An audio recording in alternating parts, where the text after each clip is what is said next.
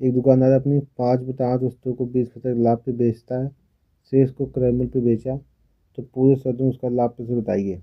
तो ऐसे सवालों में जो नीचे दिख रहा है आपको बेस, उसी को आप टोटल वस्तु मान लीजिए। तो टोटल वस्तु मान लीजिए 8।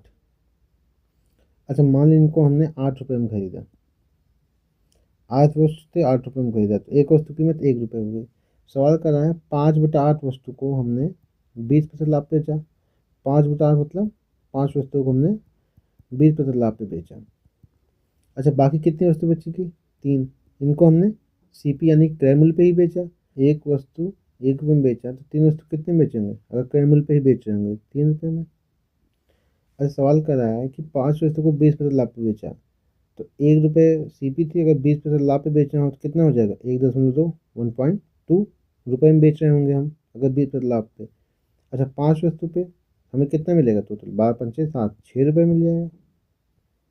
यानी कि हमें टोटल कितना मिलेगा? 6 + 3 यानी कि 9।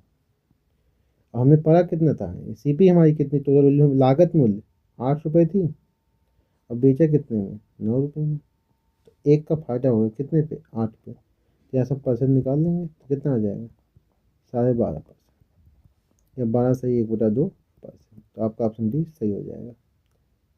इस तरीके से हम इस सवाल को अप्रोच कर सकते हैं। अच्छा, दूसरा अप्रोच क्या है?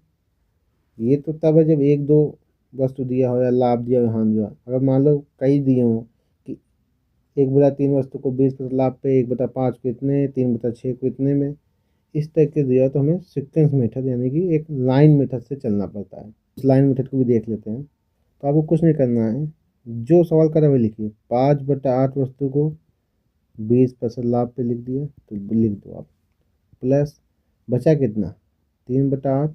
इसको हमने क्रय मूल्य पे बेचा, तो हमें लाभ कितना हुआ? कुछ नहीं, 0%। बस इसको सॉल्व कर लीजिए, तो यहाँ से 0 हो गया।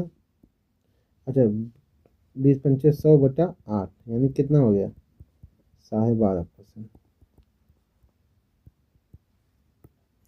अगर सवाल में कहीं हानि होता, मान लीजिए यहाँ लिखता है कि शेष को 10% हानि पे बेचता, तो यहाँ हम -10 कर देते। फिर जो हमारा आता है उसको हम देख लेते हैं, वही हमारा रिजल्टेंट हो जाएगा। तो इस कॉन्सेप्ट में बस इतना ही। जय हिंद।